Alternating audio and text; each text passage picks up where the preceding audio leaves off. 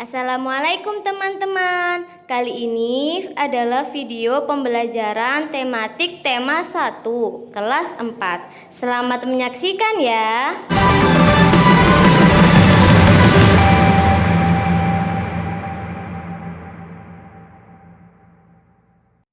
Assalamualaikum warahmatullahi wabarakatuh.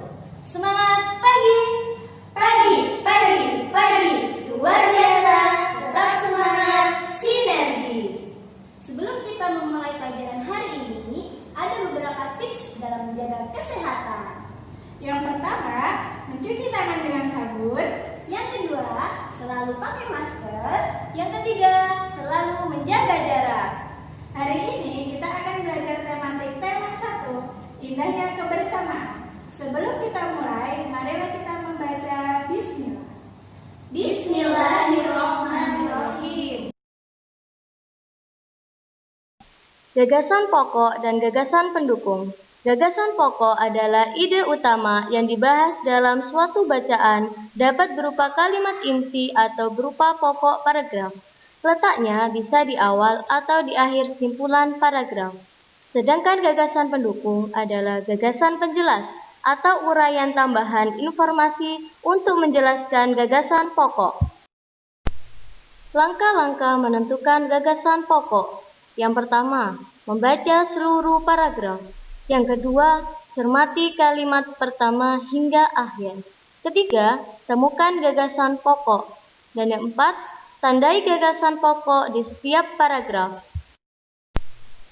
Nah, setelah mengetahui langkah-langkah untuk menentukan gagasan pokok, selanjutnya kita mencoba untuk mempraktekkan untuk mencari gagasan pokok dan gagasan pendukung. Contohnya ada di buku paket tematik halaman 1 dengan judul Pawai Budaya. Pawai budaya sangat menarik bagi warga kampung Babakan. Pawai ini selalu menampilkan keragaman budaya Indonesia. Udin dan teman-teman tidak pernah bosan menanti rombongan pawai lewat. Tahun ini mereka datang ke alun-alun untuk melihat pawai tersebut. Setelah membaca keseluruhan dari teks bacaan tersebut, kita tentukan gagasan pokok dan gagasan pendukungnya. Pada kolom yang berwarna kuning merupakan gagasan pokok. Pada paragraf tersebut, gagasan pokoknya terletak di awal paragraf atau kalimat pertama. Sedangkan pada kolom yang hijau adalah gagasan pendukung, yakni terletak pada kalimat kedua, ketiga, dan seterusnya. Pembelajaran selanjutnya adalah jenis-jenis paragraf berdasarkan letaknya. Ada 3 ya. Yang pertama, paragraf deduktif. Yang kedua, paragraf induktif. Dan yang ketiga adalah paragraf campuran. Paragraf deduktif. Paragraf deduktif adalah paragraf yang gagasan pokok atau ide utamanya berada di awal paragraf. Pada kolom yang berwarna hijau sudah terdapat teks paragraf deduktif. Kalimat yang berwarna merah merupakan gagasan pokok. Selanjutnya, kalimat yang berwarna hitam adalah gagasan pendukung. Untuk lebih paham, silakan pause video sebentar untuk membacanya. Setelah selesai membaca, silakan lanjutkan menonton videonya. Paragraf induktif. Paragraf induktif adalah paragraf yang gagasan pokok atau ide utamanya berada di akhir paragraf. Pada kolom yang berwarna kuning terdapat contoh teks dari paragraf induktif. Kalimat yang berwarna hitam merupakan gagasan pendukung, sedangkan kalimat yang berwarna merah merupakan gagasan pokok. Sehingga paragraf induktif memiliki gagasan pokok yang berada di akhir paragraf. Untuk memahaminya, kalian boleh pause video ini. Paragraf campuran. Paragraf campuran adalah paragraf yang gagasan pokok atau ide utamanya berada di awal dan di akhir paragraf. Pada kolom yang berwarna hijau merupakan contoh dari paragraf campuran. Kalimat yang berwarna merah yang ada di awal dan di akhir adalah gagasan pokok. Sedangkan kalimat yang berwarna hitam merupakan gagasan pendukung. Sehingga paragraf campuran memiliki gagasan pokok atau ide utama yang berada di awal dan di akhir paragraf. Untuk lebih memahaminya, kalian boleh pause video. Ketika sudah selesai membaca, silakan melanjutkan videonya. Materi selanjutnya adalah ringkasan. Ringkasan adalah suatu cara efektif untuk menyajikan teks yang panjang dalam bentuk bacaan yang pendek tapi lengkap. Ada ketiga cara. Yang pertama, membaca teks dengan cermat. Yang kedua, menentukan gagasan pokok setiap paragraf. Yang ketiga, menulis ringkasan secara urut dengan bahasa sendiri. Nah, teman-teman, setelah kita mempelajari tentang informasi teks tulis, selanjutnya kita akan mempelajari tentang informasi teks visual. Teks visual merupakan informasi yang didapat melalui media penggambaran yang terlihat oleh indera penglihatan. Salah satu media visual adalah gambar. Selanjutnya, kita perhatikan contoh berikut ini ya. Nah, teman-teman, coba kita perhatikan secara bersama gambar yang ada di video ini. Kira-kira setelah kita memperhatikan gambar tersebut, informasi apa saja yang kita dapatkan dari gambar tersebut? Nah, betul sekali. Yang pertama, sampah memenuhi permukaan sungai. Yang kedua, warna air sungai terlihat coklat kehitaman. Yang ketiga, sampah terbanyak dari sampah plastik. Yang keempat, bisa mengakibatkan banjir dan penyakit. Materi selanjutnya adalah teks lisan. Untuk dapat memperoleh informasi dari teks lisan, maka kita harus melakukan beberapa hal. Yang pertama, menyimak apa yang dibacakan. Yang kedua, mencatat gagasan pokok dan pendukungnya. Untuk itu, mari kita dengarkan teks lisan yang berjudul Pempek berikut ini. Pempek. Pempek merupakan makanan khas Palembang. Bahan-bahannya antara lain tepung terigu, tepung sagu, bawang putih yang dihaluskan, penyedap rasa, telur, garam, air panas, dan telur yang dikocok lepas. Adapun bahan untuk membuat kuah cukanya antara lain gula merah, air, cabai keriting, garam, gula pasir, dan asam jawa. Buatlah adonan pempek dengan mencampur sebagian tepung terigu dengan air panas hingga adonan tercampur dan berbentuk seperti bubur, lalu angkat. Campur bahan pempek dengan bubur tepung hingga adonan dapat dibentuk. Ambillah sebagian adonan dan cetak seperti mangkok kecil. Isi dengan kocokan telur, tutup hingga bentuknya menyerupai kapal selam. Rebus pempek hingga matang. Selanjutnya, untuk membuat kuah cuka, haluskan cabai dan bawang. Rebus bersama dengan gula merah dan bahan lainnya hingga mendidih. Saringlah kuah dan sisihkan. Goreng pempek dan sajikan dengan timun dan kuah cuka. Nah, teman-teman, dari teks lisan yang berjudul Pempek berikut, kita menemukan gagasan pokok. Yang pertama, gagasan pokok, yakni cara membuat makanan khas Palembang, pempek. Gagasan pendukungnya yang pertama adalah bahan-bahan pembuatan pempek Palembang. Yang kedua, bahan pembuatan kuah cuka. Yang ketiga, tata cara atau urutan pembuatan pempek Palembang. Yang keempat, saran penyajian pempek Palembang. Pola lantai dan iringan musik dalam tarian. Terdapat 3 unsur dalam tarian, yaitu gerak, iringan, dan ekspresi. Formasi atau pola lantai dalam tarian digunakan agar tarian terlihat lebih dinamis dan menarik. Ada beberapa contoh pola dalam tarian. Silakan kalian bisa melihatnya di sebelah kiri video. Ada yang garis lurus, ada yang melengkung, ada yang segi 4. Nah, teman-teman, berikut ini adalah contoh tarian tradisional dari beberapa daerah. Kita lihat dan amati bersama gerakan yang menjadi ciri khas masing-masing tarian tradisional.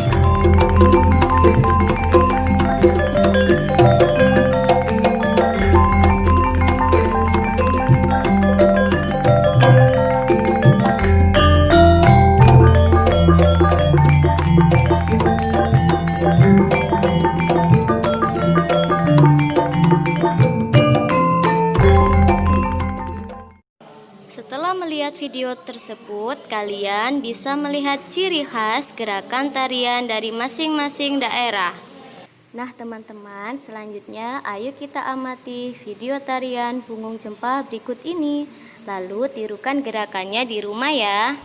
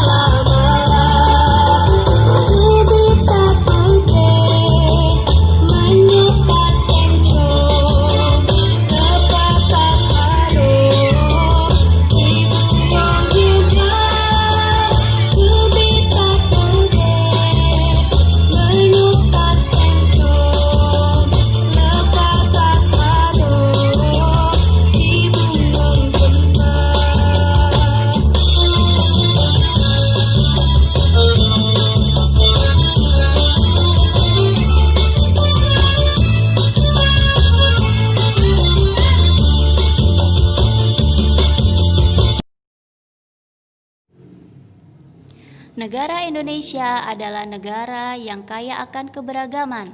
Nah, sekarang kita akan belajar persatuan dan kesatuan dalam keberagaman.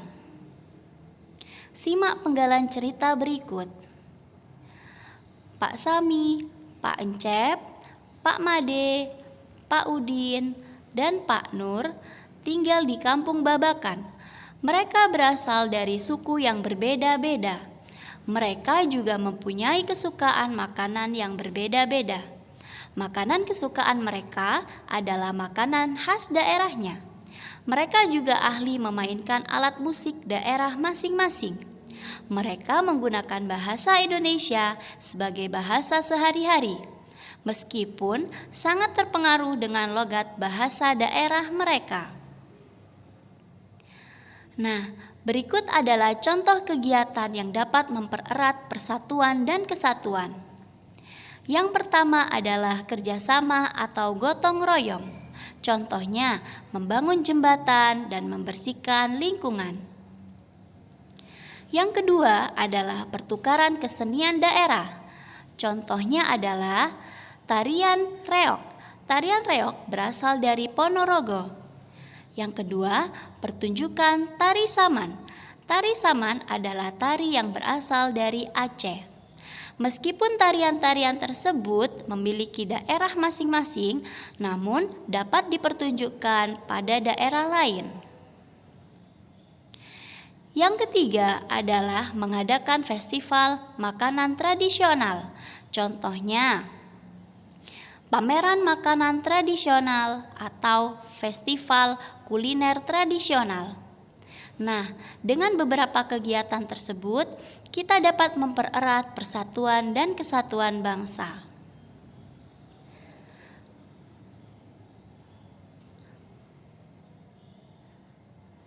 Persatuan dan kesatuan maknanya adalah satu, yang berarti tidak bercerai-berai atau utuh. Seperti dalam semboyan atau peribahasa, bersatu kita teguh, bercerai kita runtuh. Nah, Dengan semboyan Bhinneka Tunggal Ika, maka bangsa Indonesia dapat mempererat persatuan dan kesatuan bangsa. Contoh menjaga persatuan. Dalam lingkungan keluarga, saling membantu, saling menyayangi. Dalam lingkungan masyarakat, kerja bakti, membangun tempat ibadah. Dalam lingkungan sekolah, tidak membeda-bedakan teman, bermain bersama teman. Nah, berikut adalah manfaat persatuan dan kesatuan dalam keberagaman. Yang pertama adalah terciptanya hidup rukun, menumbuhkan rasa persaudaraan, dan yang terakhir, pekerjaan menjadi ringan. Indonesia sangatlah beragam. Keberagaman bangsa Indonesia dapat dibuktikan dari agama, bahasa, rumah adat, pakaian adat, tarian, senjata tradisional, alat musik, dan suku bangsa. Berikut adalah beberapa agama yang tersebar di Indonesia. Yang pertama adalah agama Islam, agama Buddha, Kristen, Hindu, Katolik, dan Konghucu. Nah, coba teman-teman lihat pada gambar di samping. Masjid adalah tempat ibadah umat Islam. Pura adalah tempat ibadah orang Hindu. Gereja adalah tempat ibadah orang Kristen. Gereja juga adalah tempat ibadah orang Katolik. Vihara adalah tempat ibadah orang Buddha. Dan kelenteng adalah tempat ibadah orang Konghucu. Nah, selanjutnya adalah suku bangsa yang tersebar di Indonesia. Teman-teman bisa membacanya dengan pause video ini. Setelah membaca, teman-teman dapat menyimak kembali video selanjutnya. Di sini ada beberapa pakaian adat, tarian, rumah adat, dan senjata tradisional yang tersebar di Indonesia. Nah, kalau yang ini adalah alat musik daerah yang tersebar di Indonesia. Teman-teman bisa pause video ini untuk membaca alat musik yang ada di daerah Indonesia dan cara memainkannya. Setelah membaca, teman-teman dapat melanjutkan video selanjutnya. Telah kita ketahui dan telah kita pelajari bahwa keberagaman bangsa Indonesia tidak lain adalah karena ciptaan Allah Subhanahu wa taala. Nah, bagaimana cara mensyukuri keberagaman? Yang pertama adalah dengan melestarikan kekayaan seni dan budaya bangsa. Selanjutnya, kita dapat mempelajari dan menghargai kebudayaan dari daerah lain. Kita harus bersikap toleransi. Dan yang terakhir, menjaga persatuan dan kesatuan bangsa.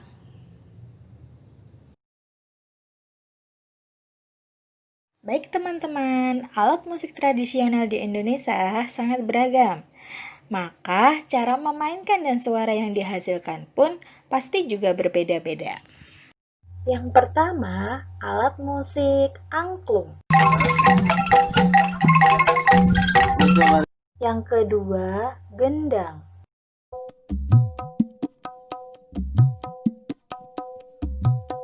Yang ketiga, gamelan.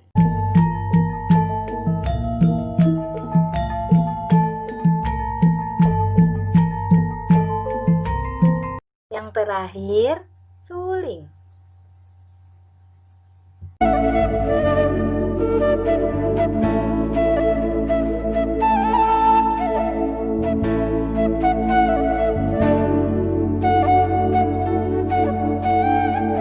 Kita akan membahas tentang materi bunyi yang di dalamnya ada pengertian bunyi, jenis-jenis bunyi, sumber bunyi, medium perpindahan bunyi, pantulan bunyi,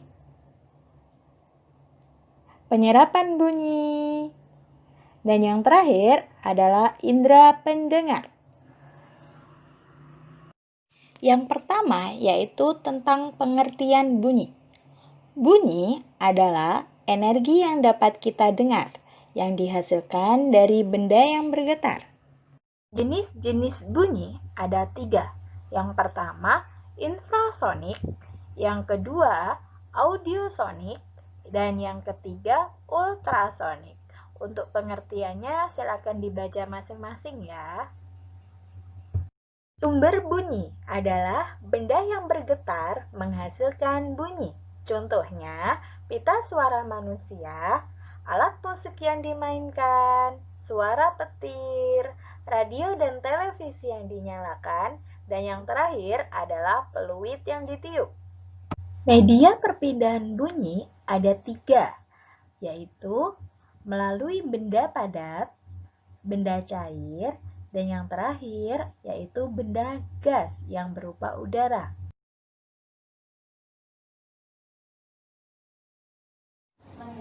Kali ini kita akan mempraktekkan bunyi merambat melalui media benda padat, cair, dan gas. Nah, teman-teman, kali ini kita akan mempraktekkan bersama-sama Bu Lisa, saya, dan Bu Dani. Oke, kita perhatikan bersama ya.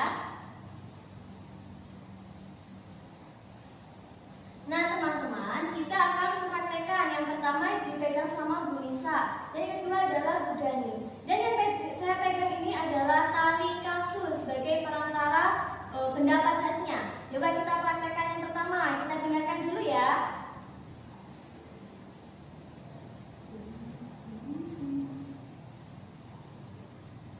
Nah, sudah.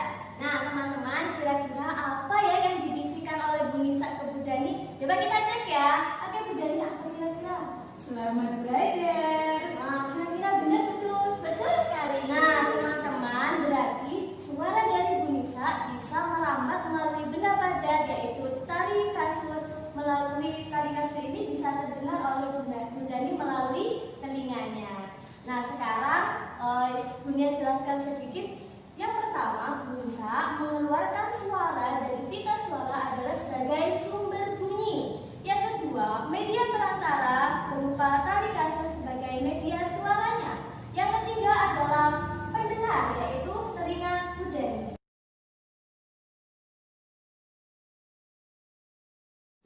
Selanjutnya yaitu bunyi dapat merambat melalui benda cair.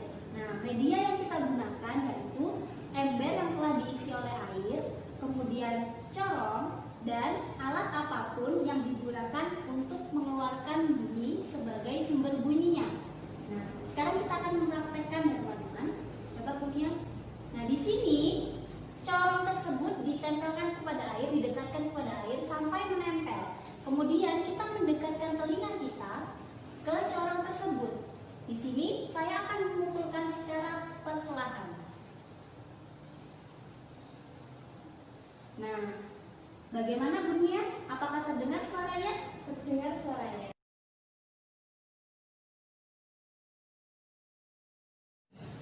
Jika tadi corongnya ini menempel kepada airnya, sekarang kita coba ya. Ada jarak antara corong tersebut dengan airnya. Apakah ada perbedaan?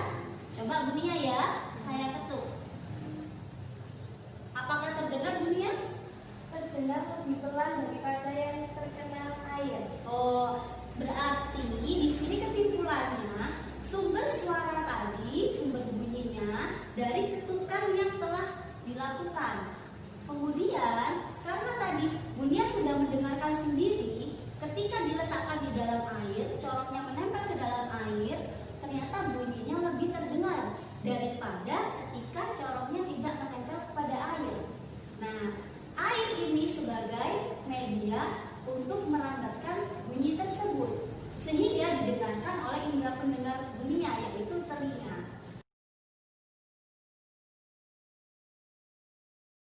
Selanjutnya yaitu bunyi dapat merambat melalui gas yang berupa udara. Perhatikan baik-baik ya teman-teman. Assalamualaikum Bu Nisa. Waalaikumsalam Bu Nia. Oke teman-teman, Bu Nisa tadi mendengarkan suara yang disampaikan oleh Bu Nia. Nah, jadi Bu Nia adalah sebagai sumber suara karena dapat mengeluarkan suara melalui pita suara. dan suara tersebut didengar oleh panca indera bunisa yang berupa panca indera pendengar, yaitu berupa telinga. Nah, melalui media apa? Karena ada udara di sekitar kita sebagai perantaranya.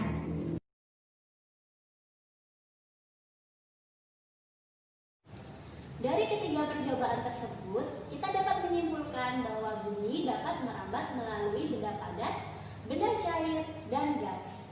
Dan ternyata bunyi dapat terdengar jelas ketika melalui udara atau gas. Dapat terdengar secara jelas oleh indera pendengar kita, yaitu telinga. Nah, teman-teman bisa melakukan percobaan tersebut di rumah dengan media seadanya yang ada di rumah. Selamat mencoba! Baik teman-teman, sekarang coba dibaca materi tentang pemantulan bunyi.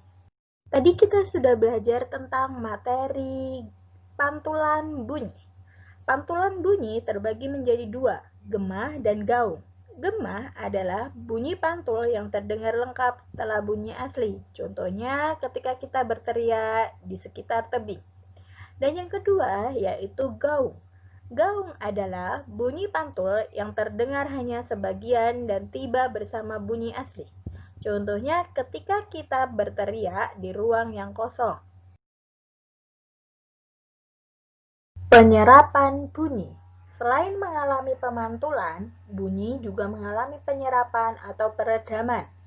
Bunyi dapat diserap oleh bahan-bahan yang lunak dan berongga. Contohnya, karpet, wol, karet, kertas, kain, dan busa.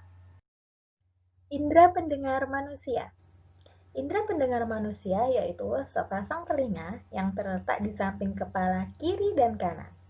Telinga memiliki 3 bagian, yaitu bagian luar, bagian tengah, dan bagian dalam. Telinga luar adalah bagian yang bisa terlihat. Telinga luar terdiri dari daun telinga yang berfungsi menangkap bunyi dari lingkungan. Kemudian ada lubang telinga untuk masuknya bunyi, dan saluran telinga yang panjangnya kurang lebih 2,5 cm dan agak berbelok. Bunyi diteruskan oleh bagian saluran ini. Telinga bagian tengah terdiri dari gendang telinga yang berfungsi sebagai menerima getaran bunyi yang ditangkap oleh daun telinga. Bagian tengah telinga juga memiliki tulang pendengaran yang disebut sebagai osikal, yang terdiri dari tulang martil, tulang landasan, dan tulang sanggurki. Tulang-tulang ini berfungsi untuk menghantarkan getaran dari gendang telinga ke telinga bagian dalam.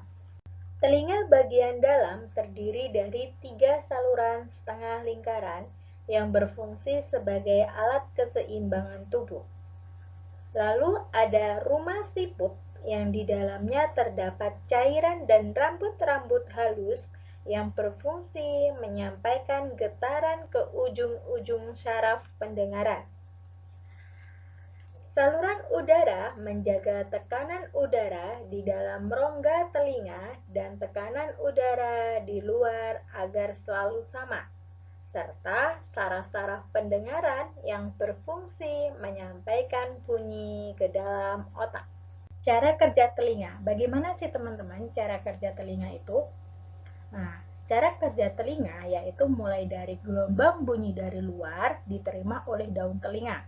Kemudian bunyi tersebut masuk ke lubang telinga dan diteruskan ke gendang telinga melalui saluran telinga. Gelombang bunyi tersebut menggetarkan gendang telinga yang kemudian membuat tulang-tulang pendengaran atau osikel juga ikut bergetar. Osikel bergerak seperti tuas sehingga getaran menjadi lebih keras. Getaran dari osikel membuat cairan di dalam rumah siput mengalir pada rambut-rambut halus. Kemudian, bulu-bulu halus di rumah siput meneruskan getaran itu ke ujung syaraf pendengaran.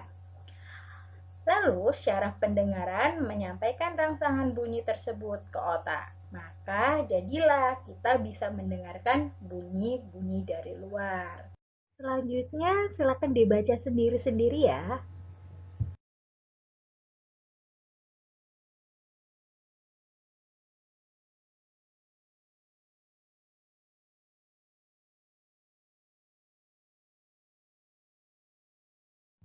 Telinga adalah salah satu panca indera manusia, maka kita harus merawat telinga dengan baik, yaitu dengan cara membersihkan telinga dengan benda halus, misalnya dengan kapas.